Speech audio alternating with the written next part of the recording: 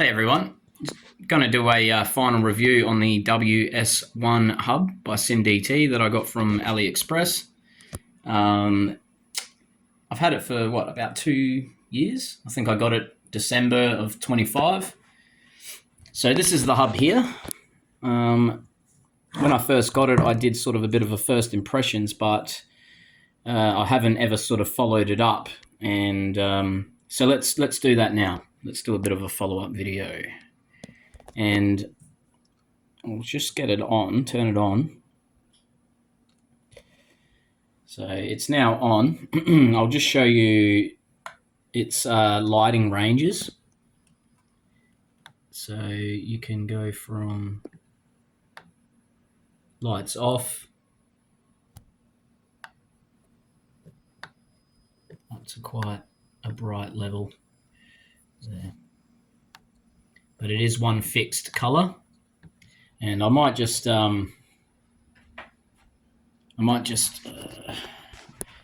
block some of the natural light so you can see the lighting better.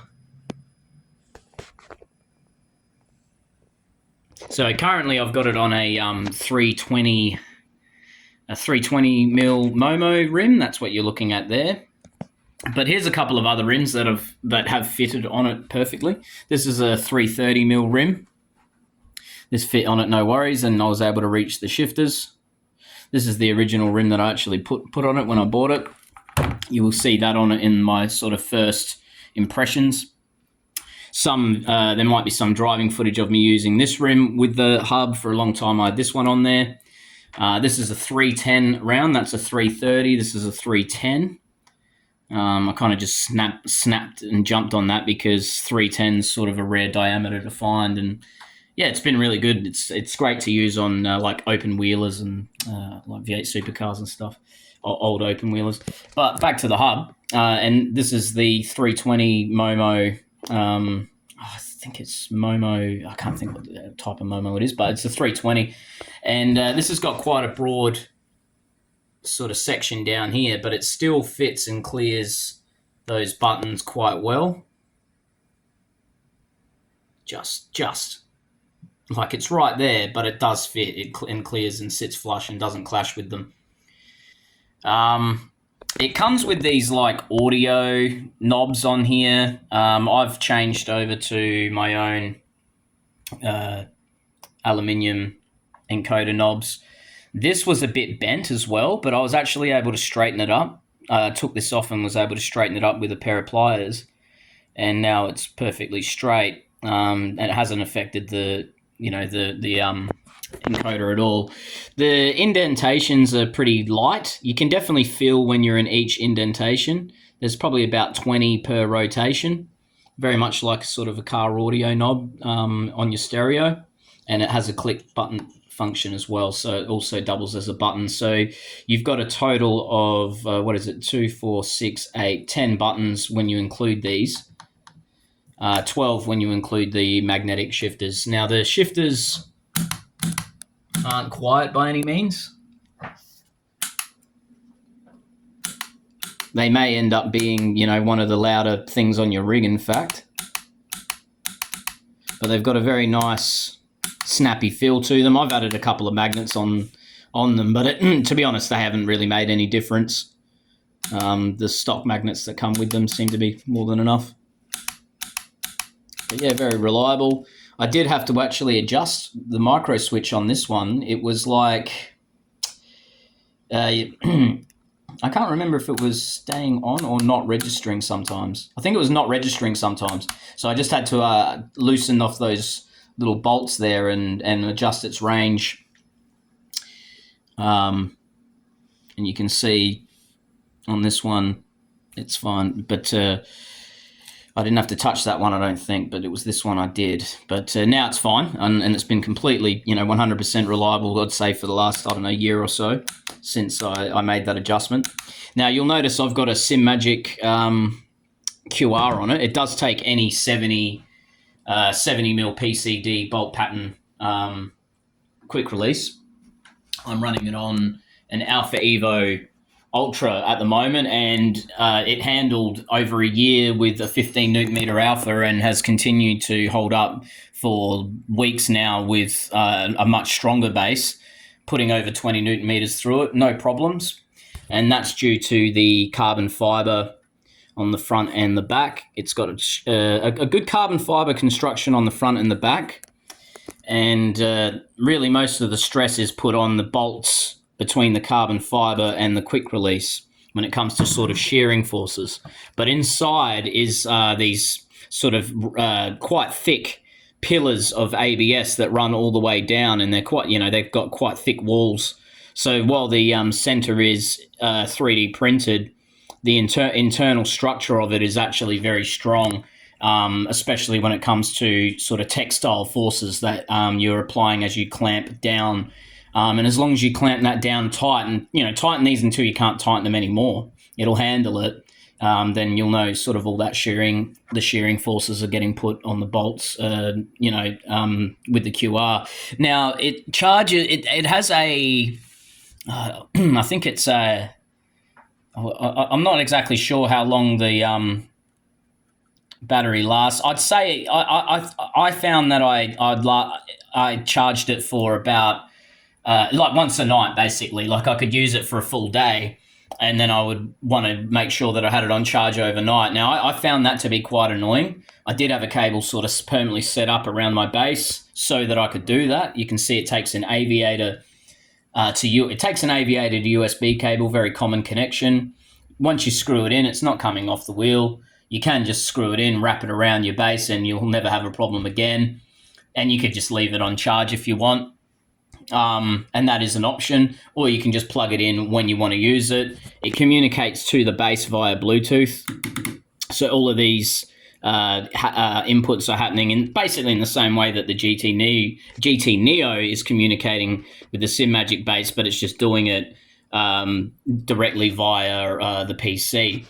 So if you want to, and this is what I've done, I'm not going to take it off to show you necessarily, but there's actually a small hole about, I don't know, that big, that I've drilled right in the center of the back piece of the carbon fiber. And I've done that so that I can feed a wire through to a SimMagic compatible pin out here that you get with these ANNX quick releases. And these are really rock solid. They're actually really good quick releases. While we're on that topic, I've had no problems with either of these two. Highly recommend them. I've tried a few different like cheap aftermarket ones, and this is the closest that I've found that to the actual sit quality of a SimMagic one. So what we've got is a pin like positive and negative that's actually connects from the back of those pins, like, just plugs in, and then those wires are running through into the box and are actually soldered to the back of the positive and negative on this aviator plug. And this aviator plug, although it's 4-pin, is only actually utilizing 2 of the pins. So you just, make sure you solder your positive to your positive and your negative to your negative, and you're good to go. Run that wire through, connect it to your quick release, and as long as you get your positive and negative right, and you know that your base outputs 5 volts, which most will, then you should be able to power this off of any wheelbase. But obviously the data still happens between the PC and the wheel. So what you effectively end up with is a native connection that works just like any SimCube wireless wheel or SimMagic wireless wheel for all intents and purposes. And it's been very reliable. There's no latency in any of the button pushes or shifts. They claim 30 milliseconds. For me, that's imperceivable, although you may notice it, depending on who you are. But yeah, I've had no issues with it. It does add a bit of height to a wheel. Obviously, you've got the height to take up the hub, so keep that in mind. It will bring your wheel out by, I think what I measured was about, let's see if we can get a fresh measurement here. So it's about 30 mil of width there. And to get it to sort of sit identical to the GT Neo, I actually had a 25 mil spacer made out for the Neo. and that's actually rock solid. Like it's like 92 grams. I was super impressed with it. Even though that is also 3D printed, just super good quality 3D print, and it's been rock solid. So no issues there. But yeah, I've put the same. If you buy knobs and they fit on your GT Neo, then they'll fit. The same ones will fit on this. Okay, so it's that size of stalk for the encoder knobs. I've put SimMagic stickers on it. Now the stickers that come with it are much cheaper quality and crappier looking than this. If you can get better stickers, I suggest putting on better stickers. The buttons feel actually really good, by the way, but they've got no tactile click. Now listen to this. They have a very short throw into a click straight away. Basically clicks at the top and then has a short throw afterwards. Now this has a longer throw, but a very little tactile feedback. You can feel it, but it's more like a keyboard key where you bottom that out and you feel that tactile at the end. It's actually quite smooth, and they've got quite a lot of travel. You'll never press a button and be unsure if you've pressed it. Let's put it that way.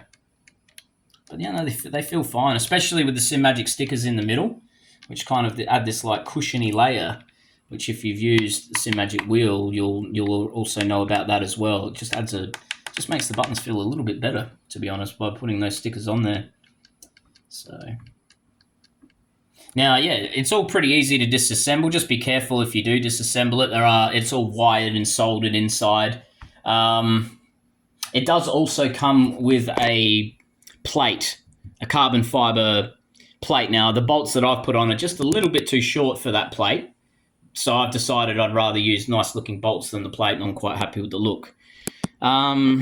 Is there anything else you should know about the hub? Yeah, I mean, look, it's held up. It's held up to strong direct drive forces for over 2 years. Still works. Been reliable. I use this wheel more than I use that wheel or that wheel. It's I love this wheel. I really do, especially in its current configuration, 320. I actually, now that I've tested all these diameters, 330, 310, 320, 300, I actually think 320 is such a good diameter. Anyway. But yeah, I think that's all you need to know, really. I'll give you one last little sort of panoramic view of the whole thing. So yeah, magnetic shifters, all carbon fiber except for that center plate, the center part, which is 3D printed. But it's good 3D print quality. It's like ABS or whatever, and it's really finely layered. The layers are super fine and really well done. There's been no signs of any play weakness. There's no flex in the whole thing. Like this part here of the rim will flex a little bit, but this, nothing. Rock solid. So let's whack it on the wheelbase and just show you it connected up. And hold on, we'll straighten her up. Straighten up the shaft. I've got the little tape mod on there as well, so I don't really like rotating on the shaft, I think we're about there. And we're rock solid. So yeah, this will, I think it takes about 3 fingers for me to press and flex on the wheel and get some flex out of the wheel. But yeah, you'll get a bit, I don't like doing it. I actually really don't, because I don't want to push those forces on the shaft of my personal wheelbase. So I won't demonstrate it all that much, but I can assure you that it is rock solid. There's just no issues with it. And yeah, it's just a really good way to add a hub to your setup without necessarily forking out for a brand named hub. So if you're interested in the cost, I paid 220 Australian dollars. Now I've got a Neo hub on the way now, actually, that I'm going to pair that to, the blue one. But that's going to cost me about double, when you look at it, it's with the shifters, it's coming in at about $500. And, this all up costs more, like with a wheel as well, it's under $300. This is Australian dollars. and it does have its own limitations, and you are dealing with some 3D printed build quality, so you are getting what you pay for. But I would say that it's worth the money. I haven't been disappointed with the money that I've spent on it. It's felt like enough. I think it's a good looking hub, provided you put the right wheel on it, the right stickers. Yeah, you'll have a nice looking wheel. Anyway, I'll leave it at that. Thank you for watching.